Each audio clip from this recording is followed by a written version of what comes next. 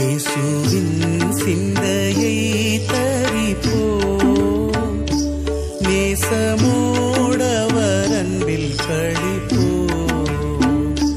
இயேசுவின் சிந்தையை தரிப்போம், நேசமோடவர் அன்பில் களிப்போம்.